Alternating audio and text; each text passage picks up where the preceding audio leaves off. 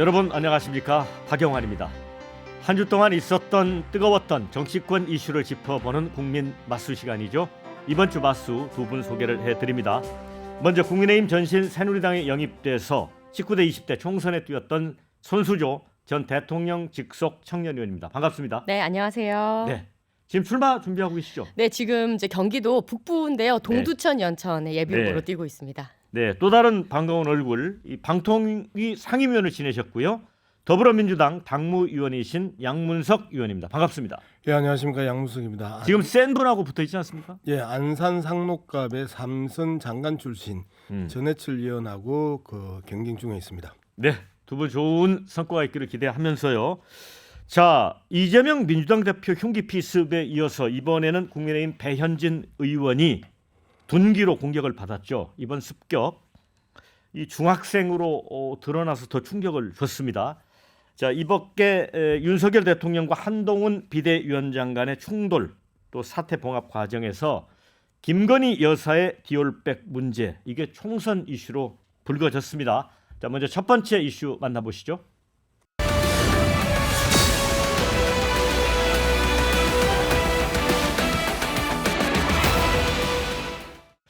자, 임기가 3년 이상 남은 대통령, 또 집권 여당의 비대위원장이 정면 충돌했습니다. 저도 이거 이렇게 흔하게 볼 수 있는 일은 아닌데요. 어쨌든 하루 만에 이제 두 분이 서천 화재 현장에서 만나서 일단 봉합을 시도를 했습니다. 자, 그런데 불씨가 다 꺼진 건지 여전히 사태 발단으로 지목된 김경률 비대위원 문제, 또 김건희 여사에 관한 인식, 이런 문제들이 말끔히 해소되지 않았기 때문에 여전히 불씨는 남아있다, 이런 시각들이 많습니다. 먼저 손수조 의원은 어떻게 보세요? 이거? 네, 그렇지 않아도 이 이제 일이 벌어졌던 날 제가 이제 여의도 인터뷰가 있어서 국회에 안 그래 들어갔었어요. 예. 그래서 다들 우리 언론인분, 뭐 대통령실 관계자, 당 관계자분들이 이거 리얼이야? 막 이런 분위기였어요. 네. 예. 근데 결과는 리얼이었다. 네. 예. 정말 그래서 당 관계자분들 표정이 굉장히 그날 안 좋더라고요. 왜냐하면 총선이 70 며칠밖에 안 남은 상황이었어요. 이 며칠 안 남은 상황에서 이렇게 당이 분열된다는 것은 굉장히 하이 리스크지 않습니까? 그리고 특히나 저처럼 현장에서 후보자로 뛰고 있는 사람의 경우에 얼마나 조마조마하겠습니까? 현장에서 정말 한 분 한 분 마음 돌리기 위해서 이렇게 추운 날 뛰고 있는데 중앙에서 이렇게 분열되는 모습 보여주시면 얼마나 힘들어지겠습니까? 그러니까 그런 부분 때문에 굉장히 많이 우려를 했는데요. 다행히도 하루 만에 이렇게 갈등이 봉합되는 모습을 보여주신 거는 전 참 잘한 일이다, 이렇게 생각을 해요. 지금 이미 윤석열 대통령, 윤석열 정권 안에서 여당의 당 대표가 두 번이나 교체되지 않았습니까? 네. 그런 상황에서 또다시 어떤 당 대표의 비대위원장의 교체라고 하는 것은 있을 수 없는 일입니다. 때문에 지금은 단일 대우로 지금 똘똘 뭉쳐서 선거를 치러도 지금 모자랄 판인데, 지금 이렇게 분열되는 모습은 절대 안 된다, 이렇게 생각을 하고요. 많은 대중분들이, 국민분들이 윤석열 아바타 아니냐, 이런 부분들 많이 걱정을 하셨는데 오히려 지나고 나서 돌이켜보니 오히려 이 문제는 좀 봉합이 된 것 같다. 국민분들의 이런 우려는 조금 봉합이 된 것 같다라는 생각이 들어요. 네, 양문석 의원님께는 네. 대통령하고 한동훈 비대위원장 간의 이 충돌, 네. 이거를 어떤 마음에서 민주당은 지켜봤을까?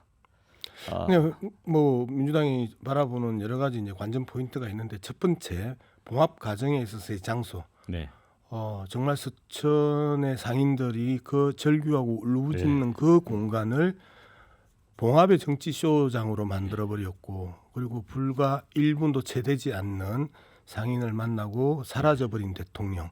이런 모습을 보면서 정말 정치에도 도의가 있고 선이 있는데, 저 현장, 화재 현장에서 울부짖는 피해자들의 그 모습들을 자신들의 정치의 쇼장으로 만들었던 이 모습에 대해서는 참 용서가 안 되는 부분이라고 저는 생각을 하고요.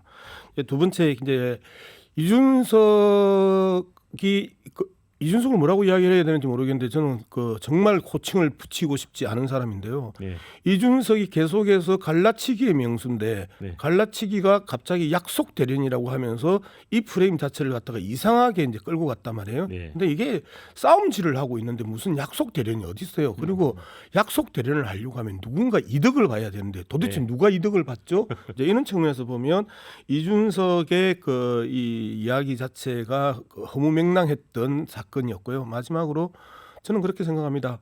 대통령과 비대위원장이 서로가 칼을 다 가지고 있다. 언제든지 대통령이 비대위원장을 칠 수 있고 비대위원장도 대통령을 너무 잘 알기 때문에 네. 칠 수 있기 때문에 서로가 그 격한 싸움을 할 수 없는 상황이다. 서로가 찌르면 찌를수록 같이 찌르는 그 관계이기 때문에 격한 싸움을 할 수 없는 상황이다. 이렇게 이제 저는 정리를 하고 있습니다. 네. 자, 손수일 의원, 이제 당내 분위기는 어떻습니까? 이제 친윤계에서는 그래도 김경률 비대위원장이 물러나는 게 갈등의 출구 전략이 될 거다 이런 입장이 있는 것 같아요. 우선 앞서서 이제 봉합의 정치 쇼였다. 저는 요건 좀 동의할 수가 없어요. 예. 이게 사실상 가슴 아픈 화재 현장인 것은 정말 맞는 말씀이시고 거기에 대통령과 여당의 비대위원장이 가셔서 그 현장을 둘러보신 거는 뭐 당연한 일이었다고 저는 생각을 하고 그 의도나 목적에 저는 그것을 곡해하지는 않았으면 좋겠다라는 말씀을 드리고요. 뭐 대통령께서 1분만 상임 만나고 그냥 가셨다는 건 너무 그냥 침소봉대가 아닐까 좀 그렇게 생각을 하고요. 김광률 비대위원의 사퇴 이 부분도 사실상 한동훈 비대위원장께서 그런 요구를 받은 적이 없다 이렇게 말씀을 주셨고요. 사실상 이 갈등의 봉합이라는 것이 그 비대위원이 사퇴로 이 봉합이 된다는 것은 옳지 않다고 저는 생각을 해요.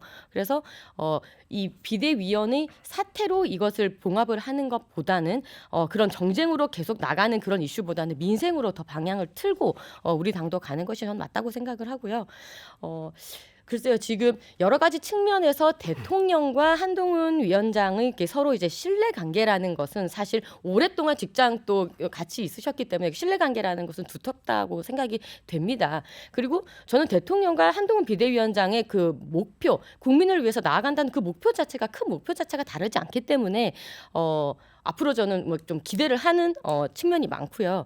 김건희 여사의 어떤 디올백 문제 이런 부분도 사실상 한동훈 비대위원장의 워딩을 쭉 보시면은 사과라는 단어를 하신 적은 없어요. 그것보다 정확한 워딩은 뭐였냐면 국민들께서 우려하실 부분이 있다라는 부분이에요. 전 여기에 공감을 합니다. 왜냐하면 뭐 여러 가지 지금 뭐 함정 수사다 서울의 소리에서 준 뭐 손목시계를 들고 가서 몰카를 찍었든 뭐 서울 소리에서 거기서 준 백을 가지고 뭐 갔든 여러 가지 함정 수사의 논란은 차치하더라도 어쨌든 그 영상이 대중들 앞에 나왔을 때 많은 국민들께서는 그래서 백을 받았냐 안 받았냐 그 백은 지금 어딨냐 뭐 이런 부분에서 궁금해하실 거잖아요. 이렇게 궁금해하시는 부분에 대해서는 대통령실에서 저는 풀어야 된다고 봐요. 네. 대통령실에서 풀어야 하고 대통령실에서 워딩이 나와야 된다고 생각을 하고 기다리고 있는 입장입니다. 네. 자, 양 의원님. 네.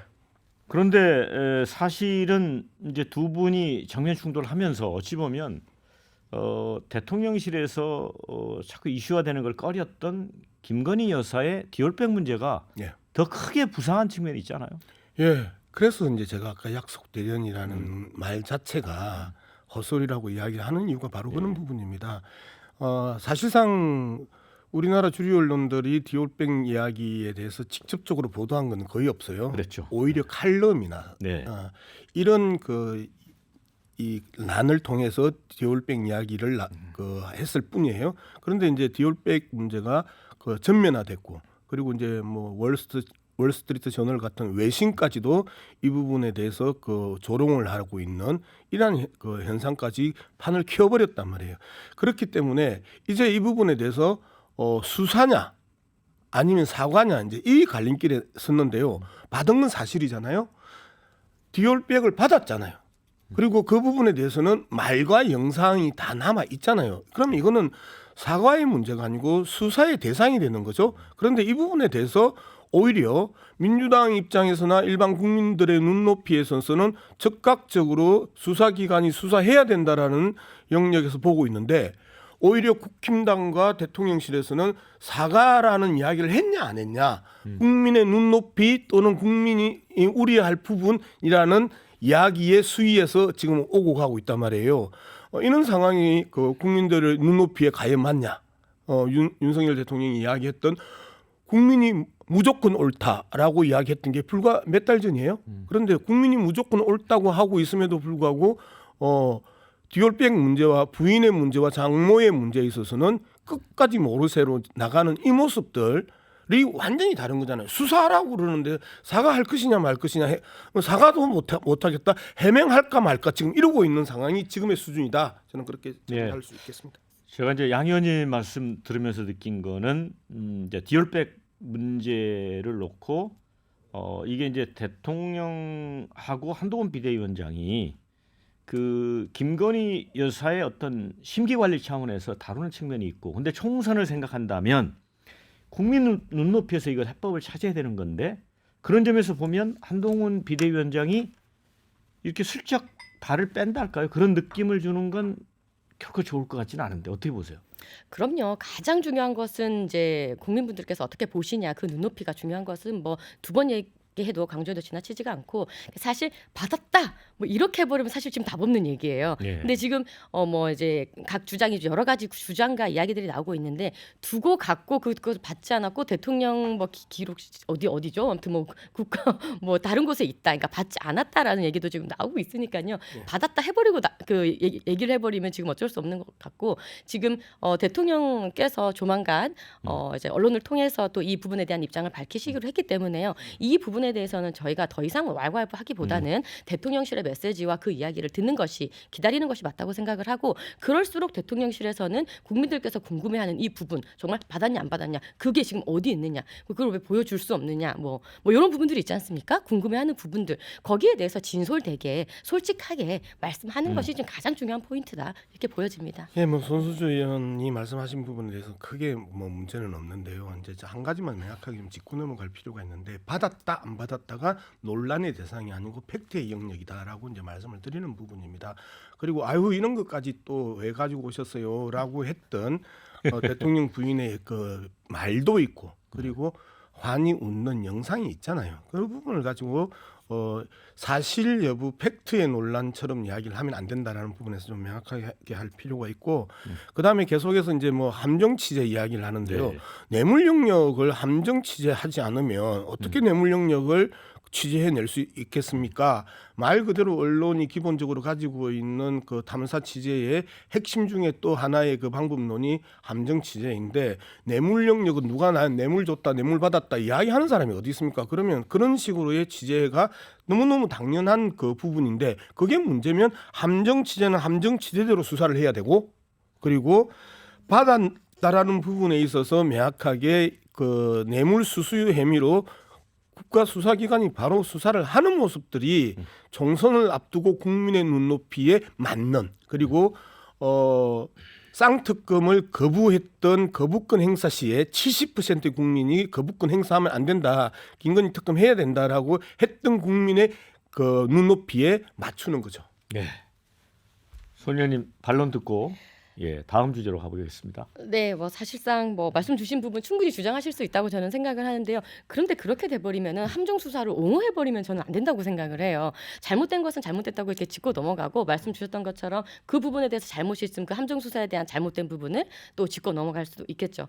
그런데 뭐 환하게 웃고 뭐 웃는 장면이 있다, 뭐 이렇게 되는 부분은 이렇게 해석의 차이인 것 같은데, 제가 보니까 좀 화를 내시던데요. 왜 이런 거 갖고 오셨냐고 막 화를 내시는 부분도 있고 하더라고요. 그래서 이런 부분은 보시는 분마다 해석의 이 오해의 여지, 해석의 여지가 있기 때문에 정확하게, 그래서 더더욱 대통령실에서 정확한 진솔된 얘기를 해야 된다고 저는 그래서 말씀을 드리는 겁니다. 선생님, 제가 이제 언론학 박사잖아요. 그리고 이제 언론개혁과 관련해서 오랫동안 이제 활동을 해왔는데, 함정 수사하고 함정 취재는 하늘과 땅 차이입니다. 함정 수사는 말 그대로 그 형사법에 의해 가지고 할 수 없는 영역이고요. 취재의 영역에서 하는 아주 다양한 취재의 방법론들이 있거든요. 그래서 때 이걸 갖다가 함정 취재라고 그 프레임을 붙여서 그러는데, 이거는 탐사 취재거든요.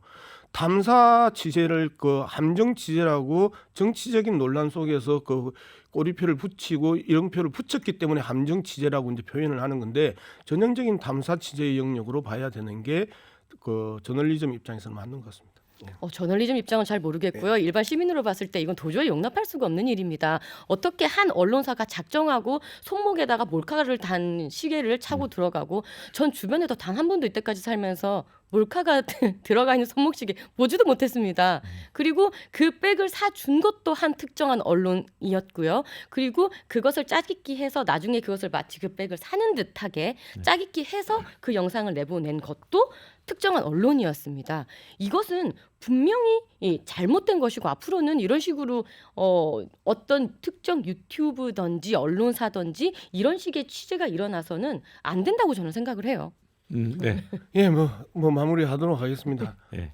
대통령 부인입니다. 그죠? 그리고 그 동안에 국힘당이 전 대통령의 부인에 대해서 아주 사소한 부분까지도 그렇게 그 공격하고 비난해 왔던 전례가 있었죠. 네, 그런 측면에서 보면 현 대통령의 부인이 뇌물을 받았어요.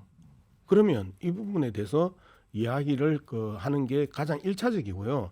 그리고 부차적으로 취재의 방법론을 가지고 시비 거는 거는 아주 없어 보인다. 저는 그렇게 정리하겠습니다. 네. 뇌물을 받았다라고 여기서 절대 단정적으로 말씀하시면 안 됩니다. 네. 네. 이번 주제는 여기서 마무리하고 네, 두 번째 주제 만나 보겠습니다.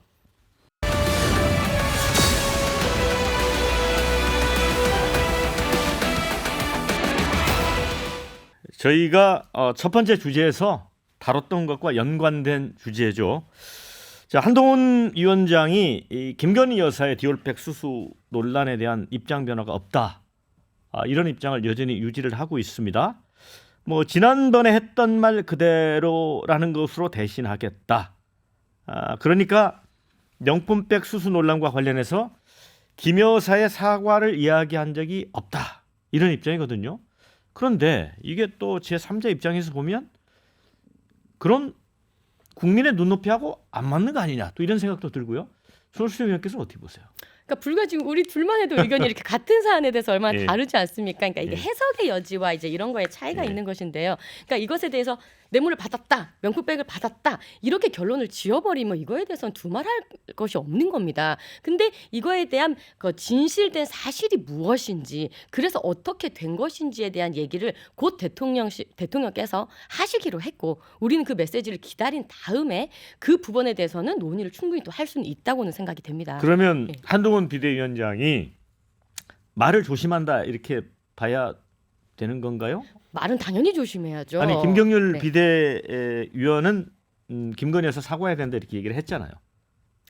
그러니까요. 지금 그 한마디들이 여당의 핵심 비대위원 지도부에서 나오는 한마디들로 얼마나 많은 이제 그 언론의 보도들이 양상이 되고 또 이 사회의 참 도움이 별로 되지도 않는 거잖아요. 이거에 대해서 얼마나 이게 얘기가 오고 갑니까? 그렇기 때문에 지도부 입장에서는 말을 조심해야 되는 것이 맞는 것이고, 또 한동훈 비대위원장 같은 경우는 스스로가 이걸 사과해야 된다라고 말하지도 않았음에도 불구하고 언론에서는 한동훈 위원장이 마치 김건희 여사가 이 문제에 대해서 사과를 해야 된다라고 한 것처럼 보도가 되었기 때문에요. 이 모든 것이 정쟁의 소용돌이로 빠져드는 겁니다. 아무 도움이 안 되는 것이죠. 그러니까 그렇기 때문에 우리는 우리가 지금 정치권에서 해야 될 일은 이 부분에 대해서 처음 논란을 야기했던 대통령실 이 부분에서 나오는 이야기를 기다리고 이후에 좀 더 이야기를 가야 된다는 것이 저는 그것이 맞다는 것이에요.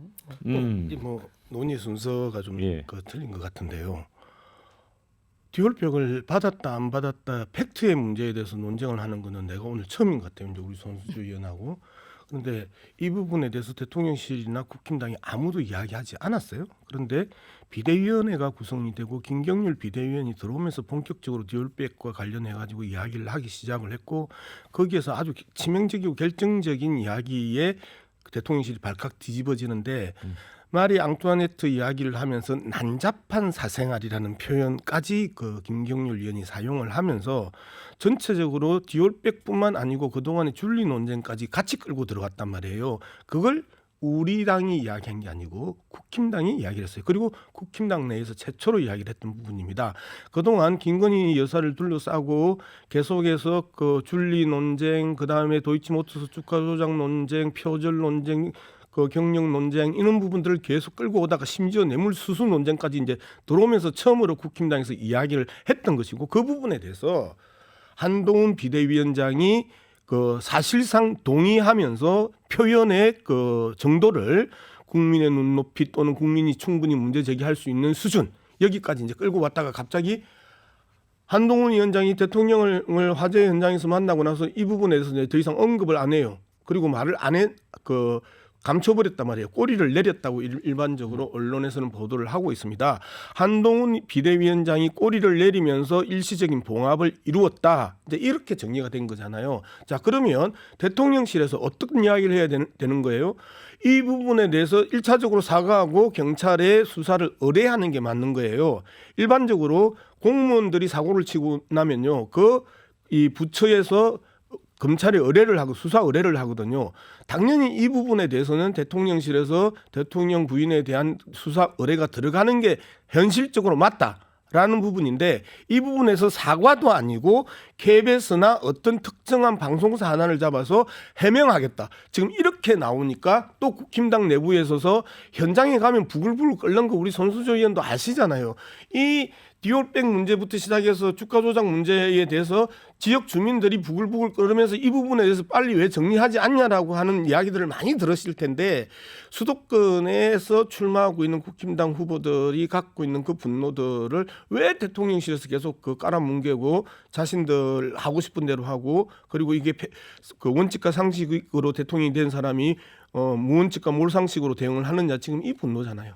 자, 일단 보시면요, 그 마리 앙투아네트 부분, 그 김경률 비대위원이 그 김건희 여사 비교한 거 아니다라고 일단 해명을 했습니다. 그래서 그 해명이 나온 부분은 또 그렇게 받아들여야죠. 우리가 그렇게 가야 되는 것이고, 그리고 받았냐 안 받았냐 논쟁으로 해보신 적이 없다고 하는데, 이게 정말 문제라고 생각을 해요. 뭔가 문제가 일어나면 그것을 막 몰아간단 말이에요. 정확한 팩트를 오히려 짚고 넘어가야 되는 것인데, 이거를 뭐 그럴 것 같다라는 식으로 넘겨짚으면서 이것이 마치 사실인 양 막 몰아가는 태도는 저는 굉장히 지양해야 된다고 생각을 합니다. 근데 사실상 그 논란의 영상이 나왔을 때 모두가 그 영상을 보면서 만들어진 영상이죠. 물론 이제 그 현장이 전혀 문제가 없었다고 제가 말씀을 드리는 건 아니에요. 근데 그 영상이 나왔을 때 분명히 이것을 받았냐 안 받았냐의 부분에 대해서 대통령실이 빨리 대응하지 못했다는 부분은 저는 굉장히 잘못됐다고 인정을 합니다.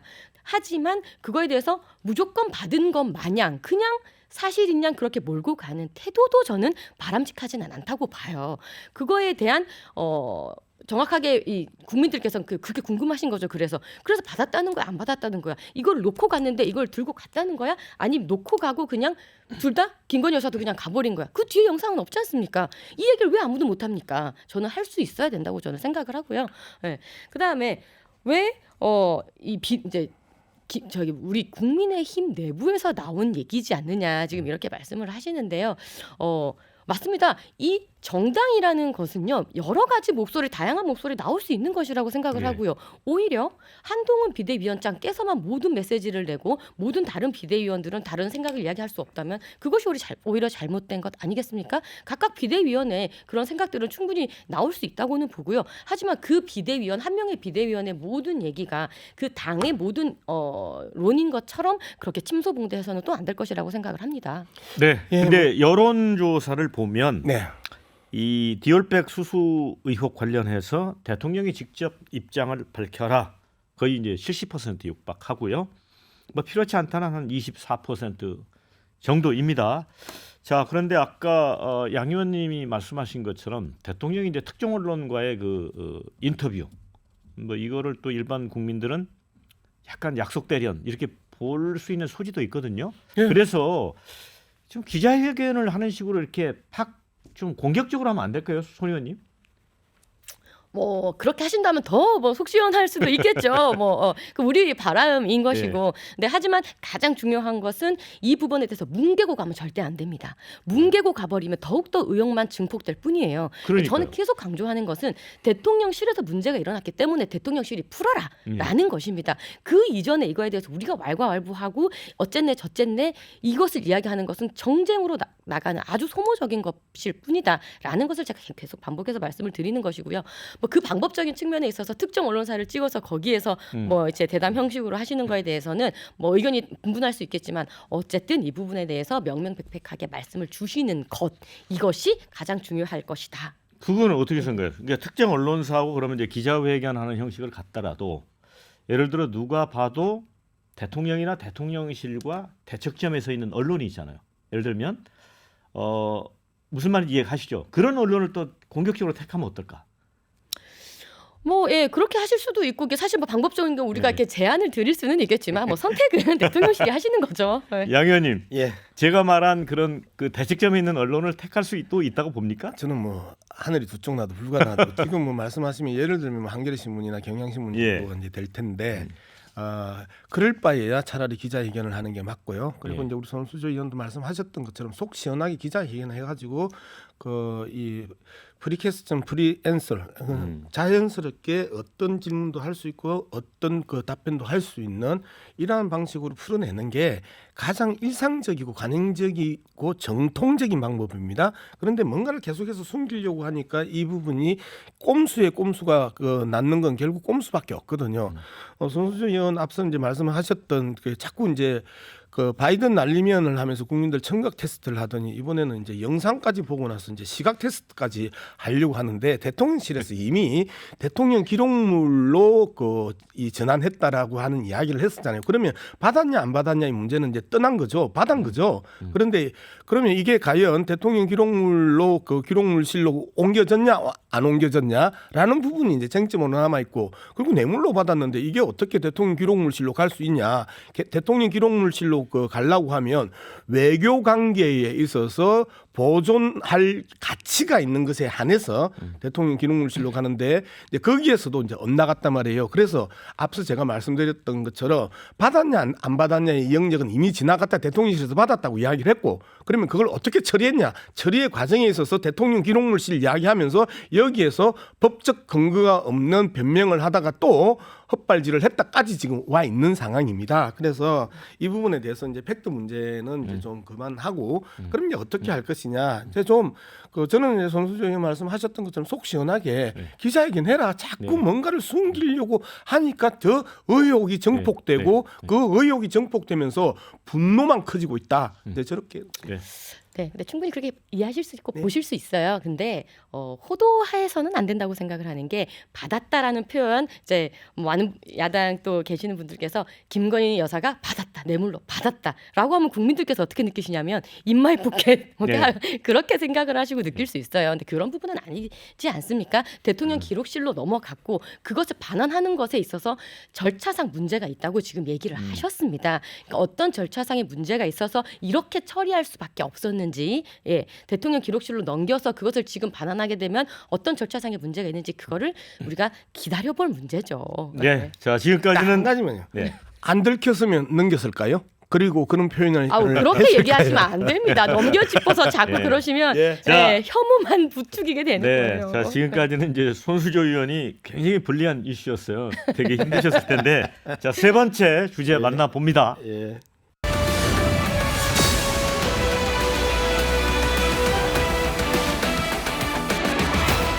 네, 총선이 이제 70여일밖에 남지 않았는데 자 비례대표를 어떻게 뽑을 것인가 이 원칙에 여야가 좀 합의를 하지 못하고 있습니다.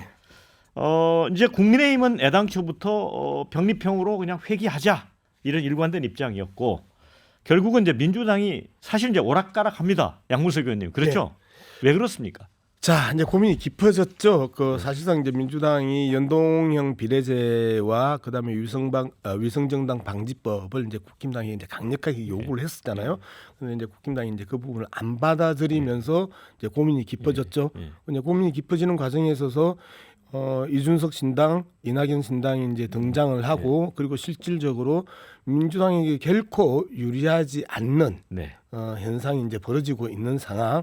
이 상황에서 이번 총선 승리는 그 정당의 존재 이유거든요. 총선 승리와 그다음에 정권을 찾아오는 거는 정당의 기본적인 존재 이유인데 이 존재 이유와 그다음에 이제 방법론에 있어서 이제 고민들이 이제 등장을 한 거죠. 네. 그래서 이제 병립형이라고 이제 표현하는 것보다는 민주당은 권력별 이제 비례대표제를 이야기를 하고 있고 그다음에 이제 많은 분들이 이야기하는 현 준연동형을 그대로 유지할 것이냐 아니면 병립형으로 국힘당하고 합의를 볼 것이냐 이제 이 영역이 남았는데 네. 이 영역에 있어서 이제 더불어민주당 입장에서는 고민이 많습니다. 더불어민주당 단독으로 총선을 돌파하고 대통령 선거까지 갈 것이냐 안 그러면 범민주 세력들의 대연대들의 틀을 짜고 총선과 대통령 선거로 갈 것이냐 이제 여기에서 이제 고민이 있는 거예요. 어느 게 지금 상황에 있어서 유리하냐 유불리 문제를 명확하게 따지고 있습니다. 그런데 지도부의 입장도 좀 이해가 안 되는 바는 아니에요. 어떤 부분이냐면 윤석열 검사 독재 정권이라고 지금 더불어민주당은 네. 윤석열 정권의 성격을 규정을 하고 있거든요. 그러면 이 독재 정권의 폭주를 막기 위해서는 최소한 국회라도 네. 다수당을 통해서 일정하게 브레이크를 잡아줘야 되는데 만약에 이 비례대표 관련 선거법을 잘못 건드려서 네. 다수당을 놓쳤었을 때는 말 그대로 정부와 모든 권력기관 그게 심지어 국회까지 독재 정권의 휘하에 들어갔었을 때 더 이상의 민주주의 훼손을 막을 수 있는 방법이 없다라는 이 존재적 고민들이 상당히 크다. 저는 그렇게 보고 있습니다. 우리 손수조 의원은 왜 이재명 대표가 결단을 내리지 못한다고 보세요? 아무래도 지금 본인의 어떤 그런 이제 신변적인 문제라든지 그런 부분이 지금 굉장히 더 크기 신변적인 때문에 문제라면- 재판을 계속 받고 있으시니까요. 네. 네. 이런저런 이제 문제가 걸리기 때문에 화끈하게 뭘 못 밀고 나가시는 모양새로 보여져요. 사실 이 비례대표제 얘기 전에 일단 선거제도 자체가 지금 확정이 안 되지 않았습니까? 선거가 지금 불과 70 며칠밖에 안 남았는데요. 법적으로는 적어도 1년 안에 이게 확정이 다 끝났어야 됩니다. 뭐 선거구 획정도 마찬가지고요. 정말 21대 국회가 무능하다. 예, 정말 이번에 좀 물갈이를 화끈하게 해야 된다라는 생각이 다시 한번 들면서 이 연동형 비례대표제는 사실상 민주당이 만든 것이죠. 민주당이 만든 것인데 민주당이 지금 없애려 하다 보니까 굉장히 면이 안 사는 겁니다. 예, 그렇게 보여지고 오죽하면 지금 김부겸 전 총리께서 민주당이 병립형으로 다시 회귀하는 거는 국민 배신이다. 이렇게까지 표현을 하고 계세요.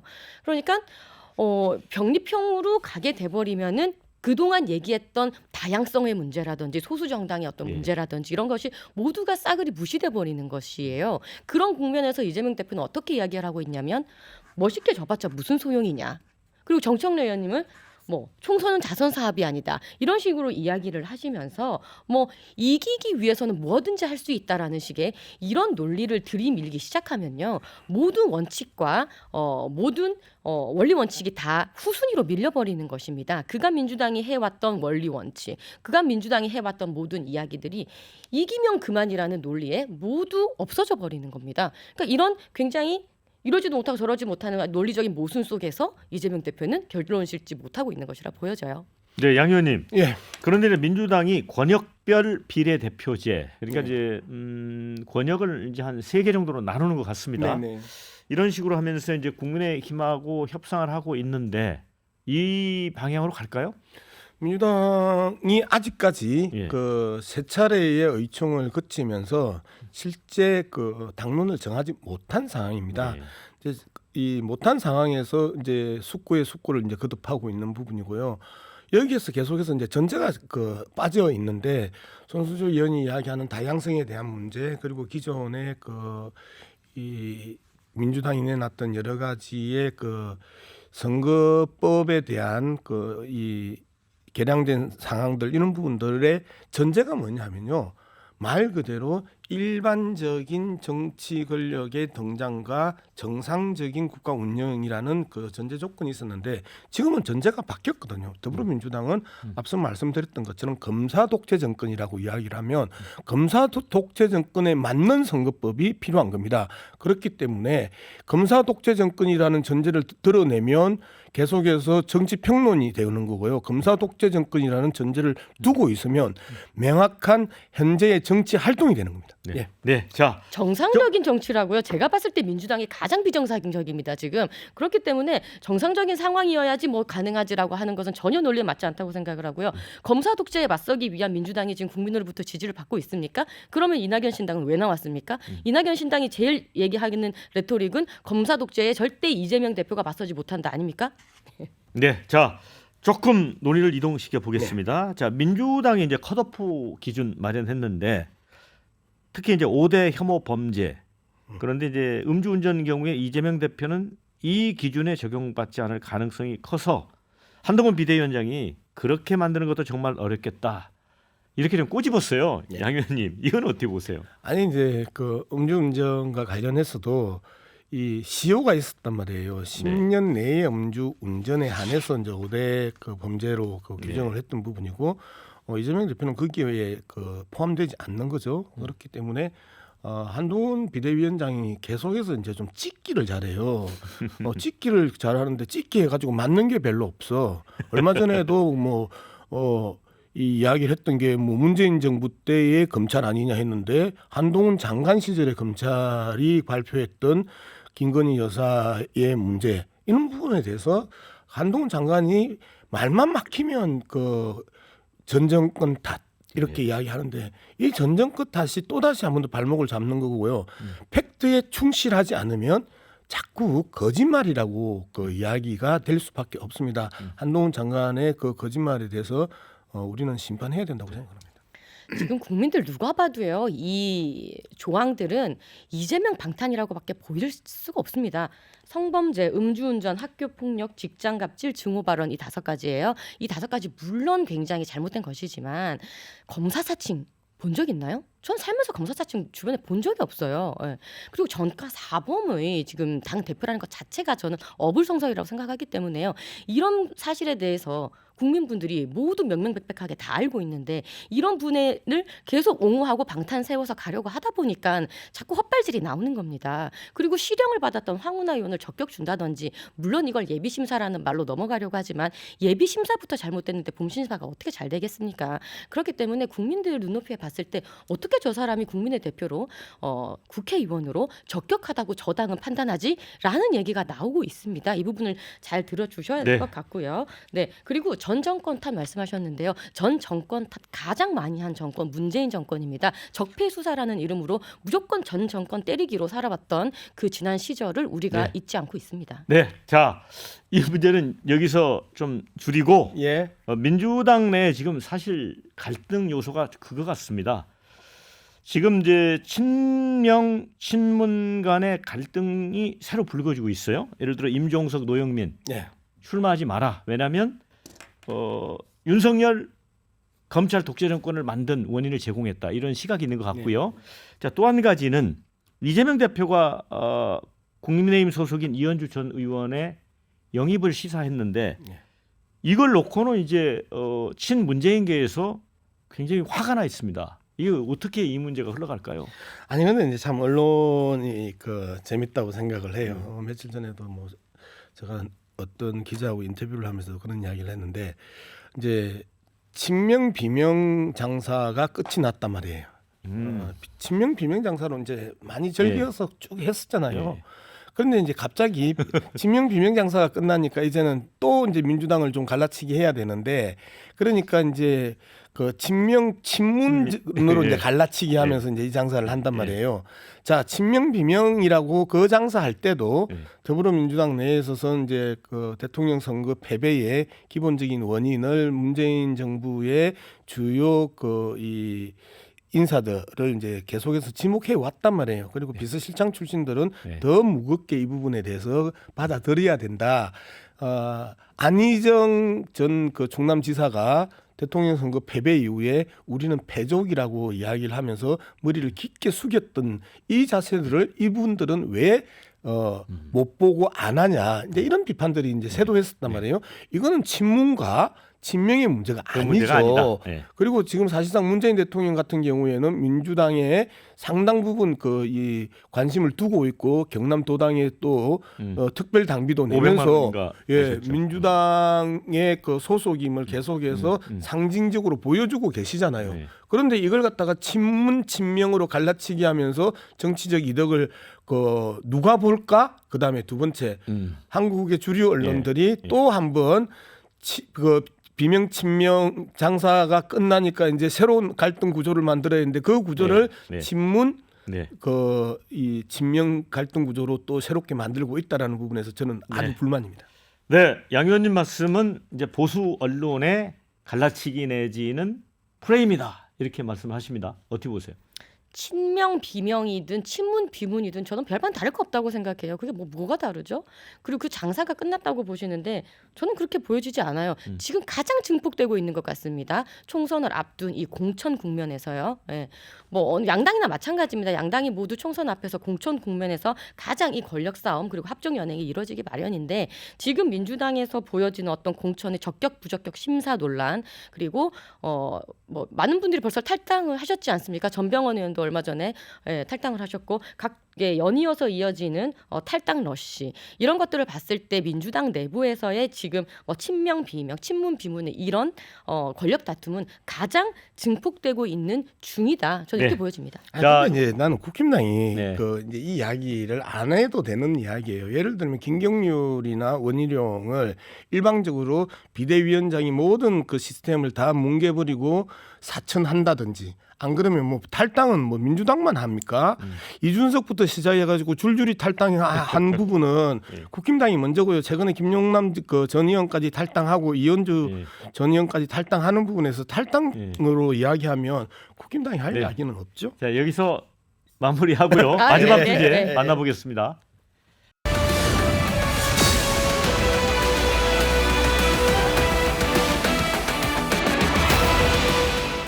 네, 이제 이번 총선은 거대 양당 1당과 2당에서 이탈한 세력들이 이 3지대를 이제 구축하고 있는데 유권자의 선택을 얼마나 받을지 이게 사실 관심 포인트입니다. 자, 개혁신당 이준석 대표하고 한국의희망 양양자 대표가 합당을 선언했습니다. 그리고 이낙연 전 대표가 이끄는 새로운 미래, 또 이원우, 김종민 민주당 탈당파 미래 대연합도 이제 곧 합당을 한다고 합니다. 그런데 이 모든 정파, 금태섭까지 아우르는 5개 소수 정당이 큰 빅텐트를 이룰 수 있을지 이걸 한번 전망을 해볼까요? 우리 양 의원님은 어떻게 보세요? 뭐 결국 그렇게 되지 않을까요? 애초에 그 이 이준석 당과 이낙연 당이 당내에 있어서의 공천 지분 문제가 핵심이었기 때문에 거기에 대한 불만을 품고 밖으로 나간 거잖아요. 그런데 기본적인 노선을 보면요. 이준석 당은 끊임없이 윤석열 대통령과 그 대립을 해왔는데 이낙연 당과 그다음에 이원욱 등은 윤석열 정권과 대립을 한 적이 거의 없어요. 그렇죠. 그런 측면에서 보면 서로의 노선은 완전히 다르죠.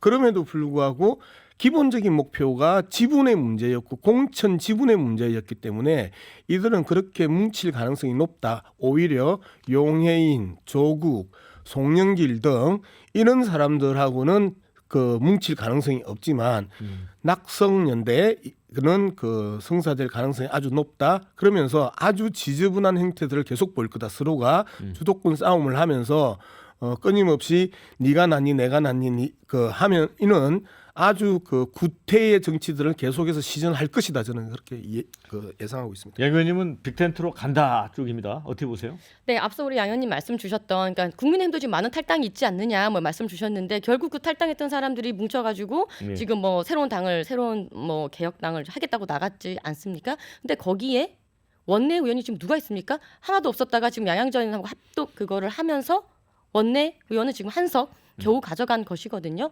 그러니까 국민의힘은요 보시면은 아직까지 저희가 뭐 실형을 받은 사람을 보고 이 사람이 국회의원에 적합하다고 적격 판정을 준 적이 있습니까? 그런 적 없습니다. 아직까지. 그리고 누군가를 뭐 옹호해서 이 사람이 공천에 적격하다 부적격하다 이 사람은 공천한다 안 한다 말한 적 없습니다. 예, 그렇기 때문에 민주당의 지금 적격 부적격 비명과 친명 간의 문제와 그걸 일맥선상에 두고 저는 비교할 수 없다고 보고요. 그래서 지금 국민의힘에서 탈당을 해서 나간 그분들은 사실상 이삭 죽기에 불과해요. 지금 대놓고 지금 뭐 얘기할 수 있는 플레이어가 지금 누구 있습니까? 저는 없다고 보여지고요. 사실 이준석 전 대표가 당 내에서 기존의 그 뭐 새누리당이며 그 전에 있었던 당 내에서 여러 가지 개혁 활동을 한 것은 인정은 합니다. 하지만 나갔을 때 그 모습을 보면은 뭐 각종 뭐 새끼 발언이라든지 여러 논란들을 정말 불러일으키면서 많은 그런 논란 속에서 이렇게 비켜갔던 그런 케이스이기 때문에요. 사실상 저는 지금 국민의힘에서 떨어져 나간 그분들의 제3지대에 대해서는 그렇게 높게 평가하지 않습니다. 현실적으로 성공하기도 저는 어렵다고 보고요. 그런 상황에서 지금 결국 총선 앞두고 떴다방처럼 그 합종 연행이 이루어지고 있는데 뭐 중텐트다 이게 나중에 빅텐트가 될 것이냐라는 문제인데 저는 가장 근본적인 것이요. 지금 대한민국은 소선거구제에 거대 양당 제도가 있는 네. 제도입니다. 정말 다양성을 원하고 제3지대를 원한다면 선거 제도를 바꾸는 것에 그간 노력을 해왔었어야 진정성이 있는 것이겠죠. 그렇지 않고 지금 선거를 앞두고 튀어나가서 이삭줍기하고 거기에서 뭔가 여기저기 이념도 맞지도 않고 노선도 맞지도 않는 사람들끼리 빅텐트를 구성한들 어떤 국민들께서 명분 있게 그것을 지지를 해주시겠습니까? 저는 얼토당토 없다고 생각합니다. 근데 이제 두 분은 이제 거대 일당 이당 출신이기 때문에 이 삼지대에 대해서 뭐 비판적일 수밖에는 없을 것 같아요. 네네. 그런데 손 의원님한테 좀 질문드리고 싶은 게 그 예를 들어 이준석 그 이제 개혁신당 대표 탈당 이런 게 뭐 큰 파장이 없을 거라고 말씀을 하시지만 어찌 보면 이낙연 신당보다는 여론조사 지지를 보면 더 높게 받고 있어요.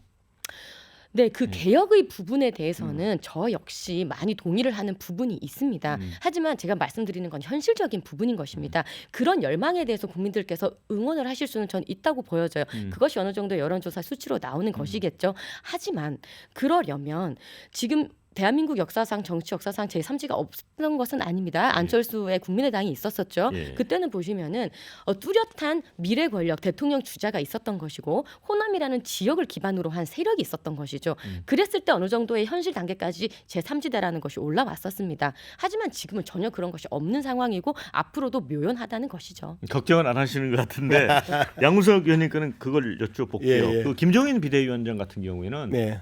이 빅텐트로 이제 이르면 이제 사실은 이제 거대 1, 2당하고 제3지대의 어떤 세 세력이 경쟁을 하면 네. 최대 60석까지 얻을 수 있다 이런 전망을 하거든요. 동의하세요? 동의할 수가 없죠. 뭐 그 현장에서 떨어져 있는 김종인 전 비대위원장의 이야기는 지금 상황에서는 이제 말 그대로 그 이 정치 선거철만 되면 떴다방이 전형적인 김종인 위원장의 그 캐릭터잖아요. 떴다방이 이제 아직도 여론에 영향을 줄 수 있는 발언을 하고 언론이 받아쓰고 우리가 또 여기에서 김종인 이야기를 하는 것 자체가 시대적 그 구태다. 저는 이제 그렇게 생각합니다. 그래요.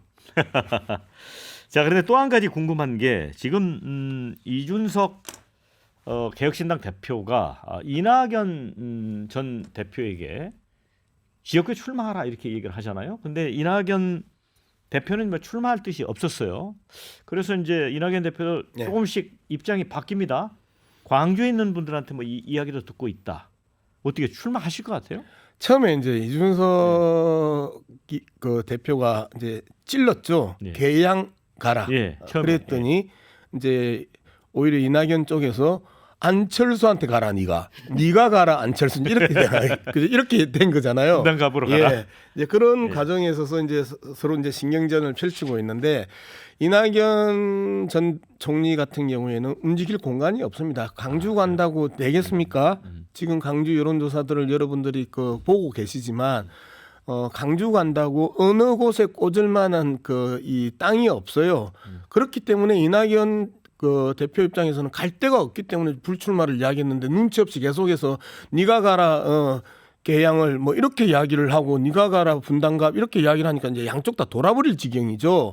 이제 이런 상황에서 저는 이낙연 전 총리의 그 입지는 계속해서 줄어들고 오히려 이준석 신당에게 흡수 통합될 가능성이 높다. 저는 그렇게 보고 있습니다. 자, 이준석 대표에게 이낙연 신당이 흡수통합될지 모른다. 양 의원님이 그런 분석을 하셨어요. 그런데 이준석 대표는 반윤석열이랄까요?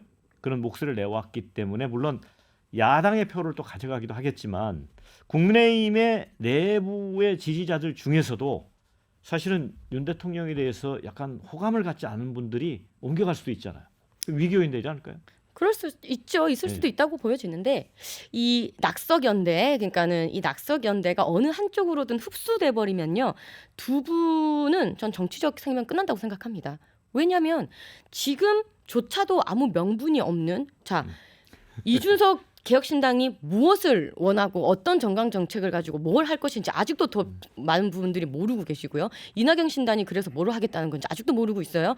지금 두 분이 특히나 중요한 그 안보관에 있어서 우리는 모두가 평화를 원한다. 이런 두루뭉술한 얘기를 지금 하고 있다는 말이에요. 평화를 위해서 그래서 어떤 방법으로 어떻게 할 것인지 그거에 대해서 얘기하지는 못하고 두루뭉술하게 이렇게 되어 있으면은 그 각 당을 그 서로를 지지했던 지지자들이 이해를 하시겠습니까? 그게 명분이 있을까요? 그러니까 절대 저는 어느 한쪽으로는 흡수가 돼버리면은 정치적 생명이 저는 끝난다고 보고 있습니다.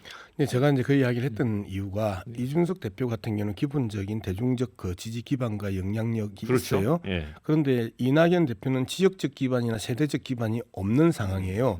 두 번째, 이낙연 그 대표를 따르는 사람들은 이낙연의 정치적 노선과 사상을 따르는 게 아니고 네. 이낙연을 따라가서 받을 수 있는 3분 기호 또는 4분 기호 공천을 지금 바라고 간 사람들이란 말이에요. 그러면 이낙연 대표가 제대로 못하고 그다음에 지역구 출마도 하지 않겠다고 하면 이낙연 대표의 영향력은 급속도로 쇠퇴할 수밖에 없고요. 그러면 이낙연과 함께하는 사람들이 이낙연에 대한 강력한 압박이 들어갈 것이고 결국 압박이 들어가면서 이낙연이 제껴지면서 이들이 이준석으로 그 기어 들어갈 가능성이 높다. 그 텐턴으로.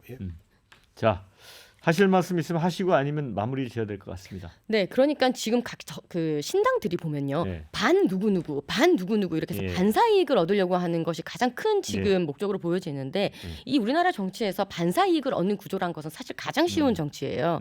누군가가 싫어서 그 반사작용을 가지고 모이겠다. 처음은 굉장히 높을 수 있죠. 하지만 그래서 너네가 앞으로 뭐 할 건데라고 물었을 때 점점점 떨어질 것입니다. 네, 이제 마무리해야 될 것 같아서 두 분에게 20초씩 시간을 드리겠습니다. 마무리 말씀. 네, 양 의원님.